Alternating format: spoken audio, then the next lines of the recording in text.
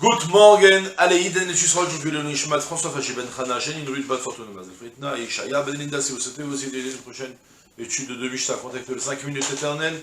Nous étudions Masechet Dmai, Perek Bet, Mishnah Dalet. Anachtomim, lo chivu otam chachamim leafrish, ela kede trumat maaser vechala.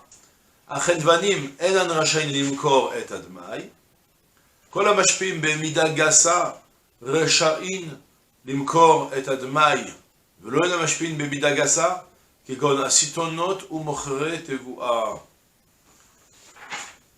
Un rappel bien sûr, le dmaï d'abord, donc c'est les fruits que j'achète d'un amaretz, d'un simple, que Chachamim ont instauré qu'étant donné qu'il y a une minorité conséquente qui ne prélève pas les fruits comme leur production comme il se doit, donc Chachamim ont instauré quand tu veux manger.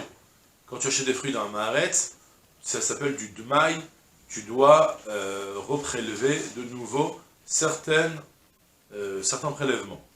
En l'occurrence, pas la trouma gdola, mais le maaser rishon, tu le prélèves, maaser rishon tu prélèves mais tu le gardes pour toi, maaser sheni tu prélèves mais tu dois le monter à Yerushalayim. Dans le maaser rishon, tu dois prélever la troumat maaser, donc c'est le dixième du dixième, et ça, tu dois le donner aussi au Kohen, parce que de toute façon, tu n'as pas le droit de manger. D'accord? On a déjà évoqué amplement tout ça. Maintenant, on va prendre dans notre Mishnah quelques exceptions à la règle. Les Chachamim ont fait quelques petites ristournes. Plus que ça, même d'ailleurs, on va prendre plus, même le prochain Pérec, il va aussi parler de ça, de toutes sortes de situations où les Chachamim n'ont pas instauré de reprélever le demaï, ou bien ont allégé le devoir de reprélever le demaï. Dans notre Mishnah, on va avoir déjà des allègements. En l'occurrence, le premier c'est anachtomim, les boulangers, lo chivu otam chachamim leafrish, ela kedetumat maaser vechala. Les chachamim ont imposé de prélever pour les boulangers que la trumat maaser et la chala. Soit, donc d'abord on met en scène, moi je suis un boulanger, je vais acheter de la farine, d'un maaretz, je fais mon pain, lorsque j'ai fait mon pain maintenant, je vais rendre ce pain. Il y a un problème en plus de la frachettrala que je dois faire, bien évidemment. Et ouais, je dois faire la frachettrala, c'est moi qui ai pétri. Mais en plus de ça, j'ai même le devoir de prélever les tourmotou masrot avant de revendre. Vous vous rappelez, on avait appris qu'un Neheman, lorsqu'il achète des fruits d'un maharetz, même si c'est pour les revendre, il ne peut pas revendre du pas prélevé, il devra reprélever de nouveau, même si c'est du maï. Pour les boulangers, on a fait une ristourne. On lui a dit, écoute-moi, cher ami, comme tu es boulanger, alors, quand tu reçois la récolte, tu pétris, tu vas prélever la chala, tu vas prélever le maaser rishon pour prélever dans le maaser rishon la troumat maaser, ça tu le donnes au Kohen, c'est déjà 1/100 du total, mais pour le maaser sheni, on t'en dispense. Ne reprélève pas toi, fonde-toi sur l'acheteur que lui il le reprélèvera, mais il le reprélèvera, mais à condition, c'est précisé dans le partenariat cette fois-ci, que l'acheteur lui-même qu'on vend un chaver qui va lui-même reprélever ce qu'il achète. Parce que si on vend un maharetz et qu'il risque de manger le maaser sheni, il doit moi-même reprélever une nouvelle fois. D'accord? Pourquoi Chachamim ont fait une ristourne au boulanger? Qu'est-ce qu'il a de particulier le boulanger? Le partenariat nous rapporte que c'est comme à notre époque d'ailleurs. Les prix des pains, ils sont bépicouards, je ne sais pas si c'est en France la même chose. En Israël, c'est limité, c'est fixé et contrôlé par l'État. On n'a pas le droit de vendre du pain plus cher que le prix qui a été officialisé du prix du pain. Le pain classique, ouais. Et du coup, à leur époque aussi, il y avait le moshel, le gouverneur, il avait des gendarmes spéciaux qui passaient dans les marchés pour vérifier que les prix des pains, ils restaient bas.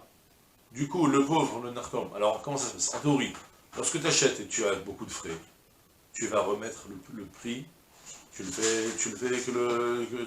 fixes le prix selon ce que ça t'a coûté, selon ton gain que tu dois recevoir, pour ensuite, tu fixes le prix à l'acheteur, que l'acheteur il devra payer ce prix-là. Or, pour les nartomim, c'est compliqué, c'est pas possible de faire parce qu'il me contrôle que je ne prends pas beaucoup d'argent. Moi, je ne prends pas beaucoup d'argent, c'est vrai. Mais il s'avère que maintenant, lui fixe le prix, lui, le gendarme du gouverneur, il n'est pas... lui, il regarde combien on vend le pain chez les juifs, comme chez les goy, chez les Talmid Chachamim, comme chez la Maretz, on ne fait pas de différence. Donc si le voisin il a réussi à fixer à 5 shekels son pain, toi aussi tu dois vendre ton pain à 5 shekels, et on va contrôler que tu ne vends pas 5 shekels. Seulement lui il fixe à 5 shekels, parce qu'il n'a pas les mêmes frais que moi. Moi j'ai un frais supplémentaire.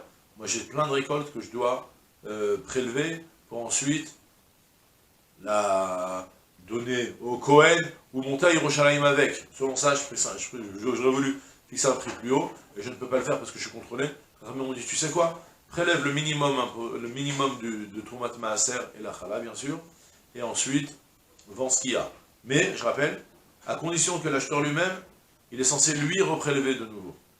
Parce que, si je vends un Maaretz, que lui-même ne va pas reprélever, je suis obligé malgré tout de prélever le Maaser Sheni, d'accord? Ensuite, deuxième partie de la Mishnah. Achedvanin en reshaim limkor et admai. Les chedvanim, les épiciers, n'ont pas le droit de vendre du dmaï. À la différence de kola mashpi'in bemida gasa, rasha'in limkor et admai. À la différence de celui qui va... Mashpi'in bemida gasa, c'est maintenant dire les grossistes. Ceux qui vont donner avec des mida gasa en grosse mesure. Il y a les petites mesures pour mesurer les kilos, il y a les grosses mesures pour mesurer les grosses mesures, et on l'appelle les mashpi'im, mashpi'im bemida gasa, puisqu'ils vendent des shefa. On les appelle les mashpi'im bemida gasa. Tout celui qui vend avec avec abondance, c'est-à-dire que c'est un grossiste qui vend en grosse quantité, lui, il a le droit de vendre du dmaï.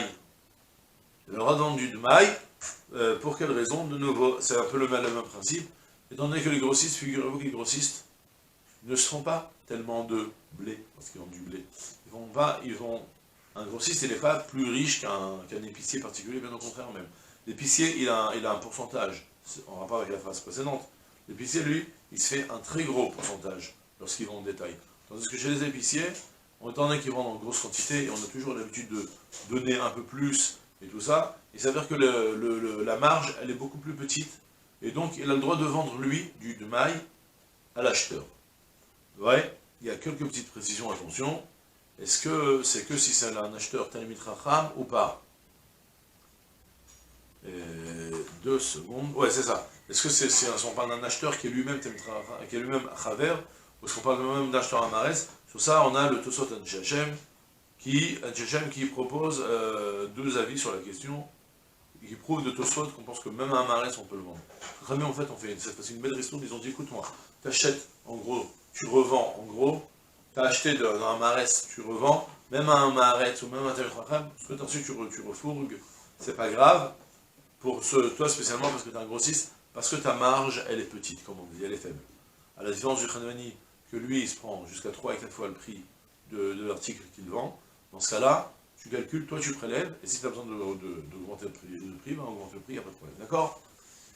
Maintenant, tu m'as dit qu'il y a les grossistes et il y a les détaillants, en fait. Les chedvanim, les épiciers détaillants. Alors, comment on fixe les limites? Elohen Amashpin Bemida Gasa, tels sont ce qu'on appelle les grossistes, ceux qui vendent en grosse mida, qui gonnent à sitonot, comme les vendeurs de blé, apparemment. Les vendeurs de blé, ou bien mochret de voix, ou ceux qui vendent aussi toutes sortes de récoltes. Là, on n'a pas donné de mesure. Dans la prochaine mission, on évoquera une certaine mesure, mais pour le moment, c'est ceux qui s'occupent de... En 2 mots, regardez, c'est très simple. Retenez, c'est quoi un grossiste et c'est quoi un détaillant? Ça ne dépend pas combien il vend en général. C'est juste dans la chaîne, depuis la production jusqu'au particulier, où il se trouve celui qui est en contact avec le particulier, lui c'est le détaillant. Celui qui apporte et qui donne aux épiciers, donc c'est lui le grossiste, tout simplement. D'accord? Et voilà. C'est tout pour aujourd'hui, je souhaite une journée pleine de Hatzlacha, Kol Tov, c'est là.